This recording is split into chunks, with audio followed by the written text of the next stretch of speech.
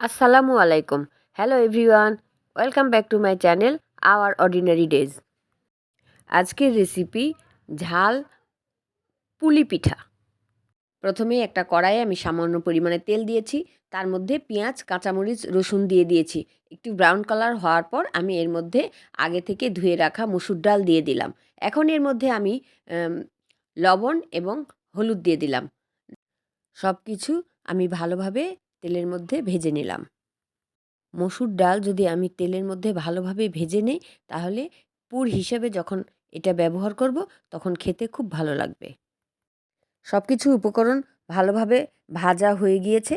এখন এর মধ্যে আমি পানি দিয়ে দেব। এমন পরিমাণে পানি দিব যাতে একদম শুকিয়ে যায়, কারণ এটা ভেজা ভেজা থাকবে না, একদম শুকনো হবে। আজকে আমি তৈরি করব মসুর ডাল দিয়ে ঝাল পুলি পিঠা। এই পর্যায়ে আমি একটা ঢাকনা দিয়ে ঢেকে দিব যাতে ভালোভাবে সুসিদ্ধ হয়। মসুর ডাল সিদ্ধ হয়ে গিয়েছে। এখন আমি এর মধ্যে ধনিয়া পাতা দিয়ে দেব। যে কোনো ঝাল জিনিসের মধ্যে যদি আমরা ধনিয়া পাতা অ্যাড করি, সেটা খেতে খুবই ভালো লাগে। ধনিয়া পাতা দিয়ে আমি আবারও ভালোভাবে নাড়া দিয়ে দেব। এখন এটা নামিয়ে ঠান্ডা হওয়া পর্যন্ত অপেক্ষা করব। এদিকে একটা কড়াইয়ে আমি 1.5 কাপ পানি দিয়েছি। তার মধ্যে আমি হাফ চা চামচ লবণ দিয়েছি। পানিটা টকবক করে ফুটে ওঠার পরে আমি এর মধ্যে 1 কাপ চালের গুঁড়া দিয়েছি। 1 কাপ চালের গুঁড়া দেওয়ার পর আমি একটা ঢাকনা দিয়ে 2 থেকে 3 মিনিট ঢেকে রেখেছি। 3 মিনিট পরে আমি একটা খুন্তি দিয়ে ভালোভাবে চালের গুঁড়া নাড়া দিয়ে দেব। চালের গুঁড়া ভালোভাবে সিদ্ধ হয়ে গিয়েছে। চালের গুঁড়া সিদ্ধ হয়ে যাওয়ার পর আমি একটা প্লেটে নিয়ে নিয়েছি। হালকা গরম থাকা অবস্থায় আমি হাতে একটু পানি নিয়ে চালের গুঁড়া ভালোভাবে মেখে নিয়েছি। এখন একটা বড় রুটি তৈরি করে নিব। বড় রুটি তৈরি করার পরে আমি এখান থেকে একটা স্টিলের গ্লাস দিয়ে ছোট ছোট রুটি কেটে নিব। এই রুটি দিয়েই আমি পুলি পিঠা তৈরি করব। এই ছোট্ট রুটির মধ্যে আমি আগে থেকে যে মসুর ডাল সিদ্ধ করে রেখেছিলাম, সেই মসুর ডাল অল্প পরিমাণে রুটির মধ্যে দিয়ে আমি মুখটা ভালোভাবে বন্ধ করে দেব। এমনভাবে চেপে চেপে বন্ধ করে দিব যাতে মসুর ডাল না বের হয়। এরপর একটা কাঁটা চামচ দিয়ে আমি পুলি পিঠার সামনে চাপ দিয়ে ডিজাইন করে নেব। এই ডিজাইন করা খুবই ইজি। এরপর কাঁটা চামচের পিছনের অংশ দিয়ে আমি পুলি পিঠার সামনে চাপ দিয়ে ফুলের পাপড়ির মতো তৈরি করে নেব। এইভাবে পুলি পিঠা তৈরি করলে দেখতে কিন্তু খুব সুন্দর লাগে।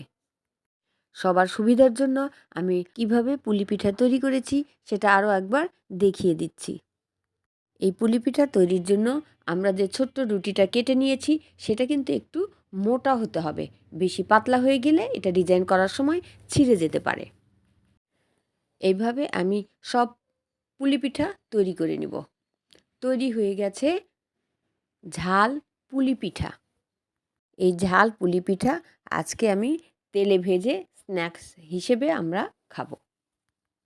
ভিউয়ার্স, আমরা তো সবসময় নারকেল গুড় দিয়ে পুর তৈরি করে সেটা দিয়ে আমরা পুলি পিঠা তৈরি করি, সেটা মিষ্টি হয়। কিন্তু আজকে আমি মসুর ডাল দিয়ে ঝাল পুলি পিঠা তৈরি করেছি। এটা খেতে কিন্তু খুবই মজা।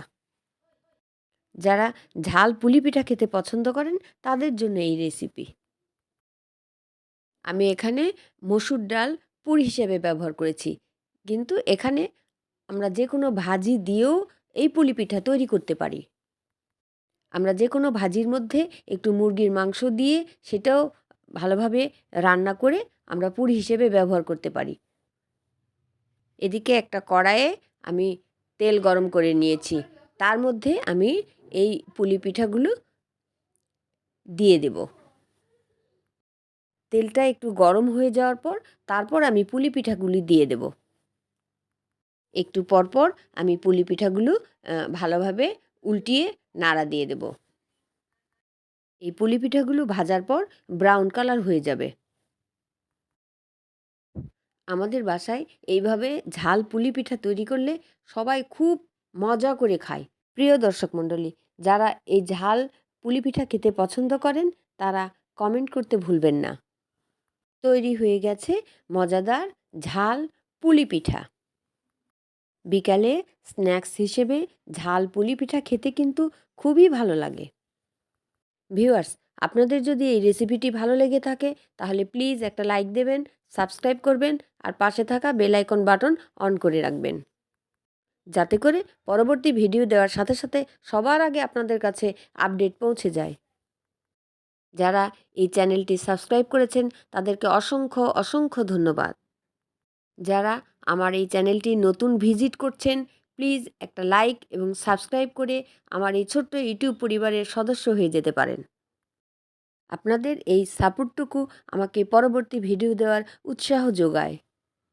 সবাইকে অসংখ্য ধন্যবাদ এতক্ষণ ভিডিওটি দেখার জন্য। আবারও হাজির হব যে কোনো একটি রেসিপি নিয়ে। সেই পর্যন্ত সবাই ভালো থাকবেন, সুস্থ থাকবেন। আসসালামু আলাইকুম, আল্লাহ হাফেজ।